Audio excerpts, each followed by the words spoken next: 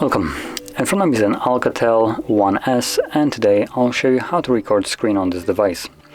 And to get started, simply pull down your notification panel and expand it, and you should find the screen recording toggle somewhere in this toggles right here. For me it's as a last toggle in the corner. So once you find it, tap on it. It will request access to screen recorder, to sound or microphones, dialer apparently, storage, and once you grant it, it comes down from 3 and then starts recording. So whatever I'll do right now will be recorded by the device, and once you're done with the recording, click on the little button right here to save it, and there we go.